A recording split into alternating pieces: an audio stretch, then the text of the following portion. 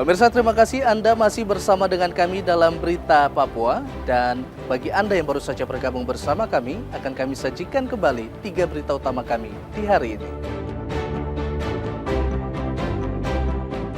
Menebang kayu di hutan Bintuni, seorang pria hilang selama 3 hari.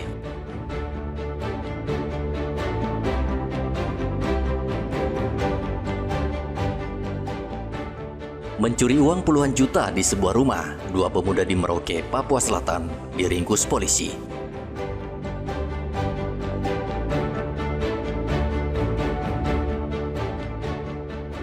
Gigihnya Mama Ane Eibe, wanita asal Demta, Kabupaten Jayapura, yang berjualan roti untuk kelangsungan hidup.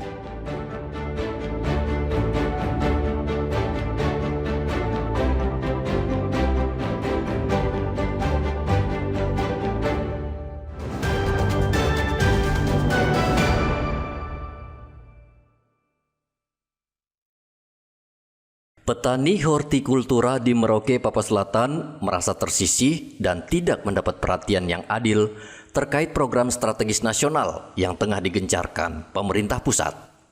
Di sektor pertanian, pemerintah saat ini tengah mengoptimalkan produksi padi dan distribusi alat pertanian modern khusus untuk petani padi. Namun perlakuan yang sama tidak diterima petani hortikultura di Merauke. Hadi misalnya mengandalkan hidup dari menanam cabai dan sayuran. Ia kecewa karena program pertanian yang digulirkan pemerintah seolah hanya menyasar petani padi. Padahal Hadi dan petani hortikultura lainnya juga memasok bahan pangan penting seperti cabai, tomat, dan aneka sayuran bagi masyarakat Merauke. Kita itu selaku petani horti kan sama-sama berjalan dengan petani pangan. Kalau petani pangannya misalnya dapat bantuan Alsintan, ya minimal kita juga harus mendapatkan. Karena kita harus berjalan bersama-sama untuk menahan inflasi di Indonesia ini. Mas Hadi nanam apa di rumah? Kalau saya petani horti, jadi saya tanam cabai, tomat, sayur mayur semua. Sejauh ini sudah ada bantuan belum dari alat-alat pertanian apa atau pupuk apa? Kalau untuk dari pemerintahan kita belum mendapat. Belum dapat sama sekali. Belum ada. Jadi selama ini menggarap secara apa? Secara sendiri. Manual. Korenel ya? Iya, kita beli alat pun alat sendiri. Oh, gitu. Pribadi beli. Nah, apa harapan Anda kepada pemerintah terkait dengan harapan saya untuk di pemerintah adalah kita sama-sama bekerja sama untuk meningkatkan pertanian. Kalau di pangannya dikasih bantuan Alsintan, minimal kita juga harus mendapatkannya. Kepala Dinas Pertanian Papua Selatan, Paino, mengatakan program pemerintah memang bertujuan meningkatkan produksi beras untuk mengantisipasi krisis pangan global yang diprediksi terjadi 3 tahun ke depan. Saat ini memang pemerintah pusat dalam hal ini di Kementerian Pertanian lagi fokus mengejar pertanian. Dalam hal ini untuk bagaimana nanti ke depan 3 tahun depan itu yang diprediksi akan terjadi gejolak pangan dunia, sehingga Pak Menteri itu fokus ke pertanian dulu, dalam ini pertanian padi. Nah, yang lain itu nanti menyesuaikan. Jadi bukan berarti dia nanti saat ini lagi fokus ke itu dulu, ke pangan dulu. Pangan dalam hal ini pertanian dulu. Tetapi hortikultura itu kan juga masuk di dalam pangan, Pak? Iya, masuk dalam pangan, tapi sekarang ini memang diprioritaskan dulu itu dulu, karena yang sekarang kan horti ini kan boleh dianggap mungkin sudah agak mampu lah, agak sudah berkembang petani horti sama petani yang lainnya. Tapi saat ini memang pemerintah lagi pusat ke pertanian, kalau yang polisi itu juga jagung. Dinas Pertanian Papua Selatan didesak tidak menutup mata terhadap kebutuhan petani hortikultura yang tersebar di 22 distrik di Merauke. Mereka berharap pemerintah memberikan bantuan yang lebih merata sehingga petani hortikultura juga bisa ikut menopang ketahanan pangan di wilayah Papua Selatan. Muhammad Ridwan melaporkan dari Merauke, Papua Selatan.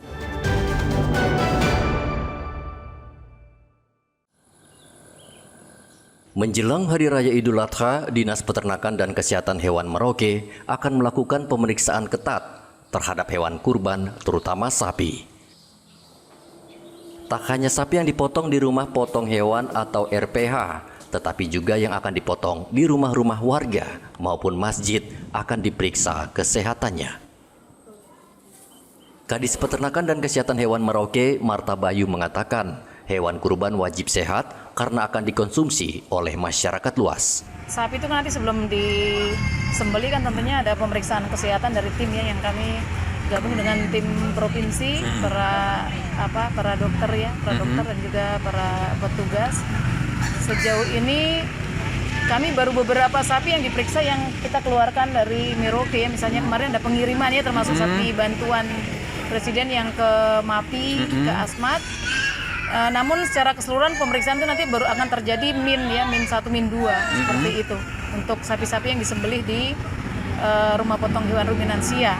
Dan juga tentunya ada pemeriksaan karena penyembelihan ini bukan hanya di RPH Ruminansia tapi juga terjadi di beberapa masjid-masjid. Marta Bayu juga menegaskan pemeriksaan terhadap sapi dan kambing dilakukan secara seksama untuk menghindari penyebaran penyakit mulut dan kuku yang masih perlu diwaspadai.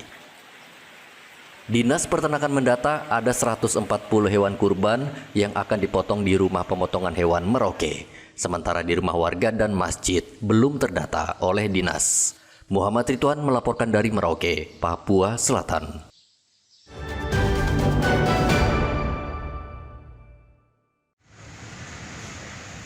Menjelang libur panjang Idul Adha yang jatuh pada hari Jumat, sejumlah stasiun pengisian bahan bakar umum di Merauke, Papua Selatan akan mengantisipasi lonjakan permintaan bahan bakar minyak.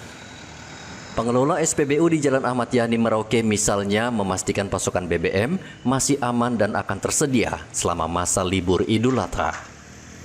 Pengelola SPBU mengaku sudah berkoordinasi dengan Pertamina untuk menjaga kelancaran suplai BBM. Kalau untuk menjelang hari raya Kurban, untuk suplai dari Pertamina untuk sementara ya masih seperti biasa, belum ada konfirmasi dari Pertamina untuk penambahan faktor atau penambahan kuota ya. Kuotanya.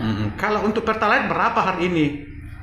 Hari ini rencananya yang kita dapat info masih dapat 10 KL. 10 KL ya. Kalau untuk Pertamax? Pertamax juga 10 KL karena kita punya stok masih mencukupi untuk beberapa hari ke depan. Jika saja ada peningkatan penjualan, kira-kira apakah Pertamina biasanya mensuplai kembali atau seperti apa? Kalau ada peningkatan berarti kita ada penambahan dari Pertamina. Gitu ya.